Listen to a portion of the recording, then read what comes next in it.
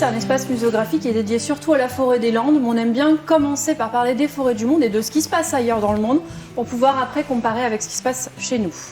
La forêt des Landes, elle forme un vaste triangle là, d'accord ? C'est la plus grande forêt cultivée de France et c'est également la plus grande forêt cultivée d'Europe. Donc l'essence qu'on plante dans les Landes, c'est quoi déjà ?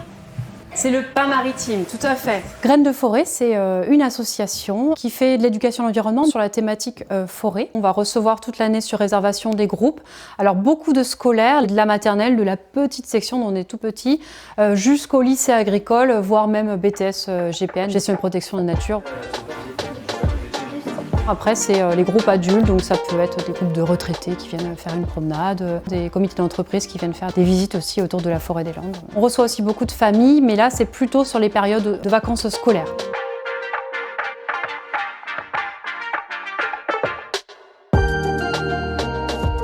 Là, on a une maquette qui va représenter les différentes étapes de la vie du pin maritime sur une parcelle. Donc là, on prépare bien le sol. Ensuite, la deuxième étape ici, ce sont les hommes qui plantent les pins maritimes et non pas une machine. En général, une journée type à Graines de Forêt, c'est un accueil le matin, avec ensuite une visite ici guidée de l'espace muséographique.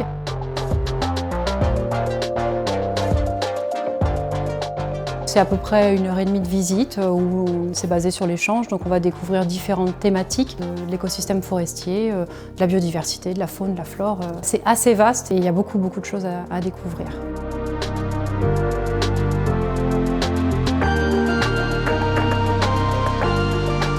Alors là, on va aller sur le sentier qui est à peu près 500 mètres du village. Alors on y va.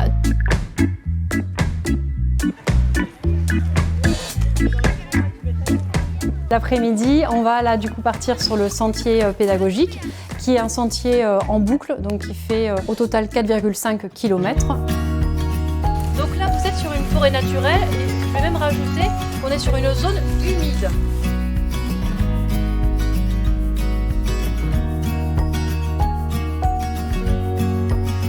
C'est un parcours en forêt, mais pas que. On va traverser différents types de milieux, des prairies, des zones humides, des régénérations de feuillus, donc des régénérations naturelles également. J'affronte les petits piquants là pour vous montrer cette petite chose. Parce qu'il y en a qui reconnaissent, il n'y en a qu'un petit morceau là.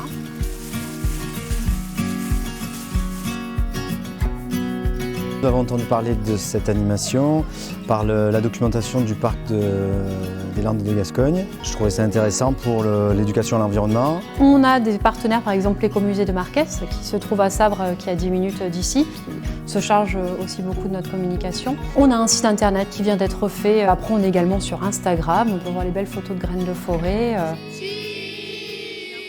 On se trouve dans une animation très riche, tout à fait adaptée au niveau des élèves. Alors là, on a un cocon au-dessus de notre tête de chenille processionnaire. On est dans un lieu très intéressant, qui répond bien aux attentes, puisque c'est très proche de leur environnement habituel, mais on a une observation un petit peu plus poussée, un petit peu plus scientifique, et on peut l'intégrer au programme scolaire. Le parc propose de faire différentes approches. Une approche scientifique ou une approche plus artistique, et nous on a choisi l'approche plus artistique.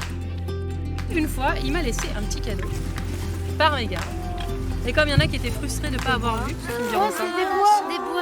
Oh mais il est trop beau. La suite de l'animation avec Graines de Forêt va se dérouler en 2 temps.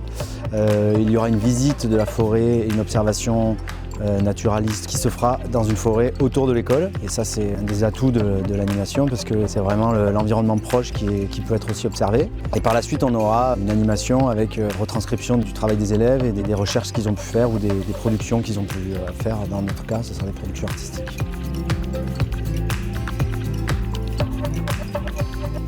C'était drôle, c'était amusant. On a appris plein de choses sur la nature qu'on a pu découvrir qui pourront nous servir plus tard. Graines de Forêt accueille à peu près 3000 enfants chaque année. Et vu la rénovation, on espère en avoir beaucoup plus.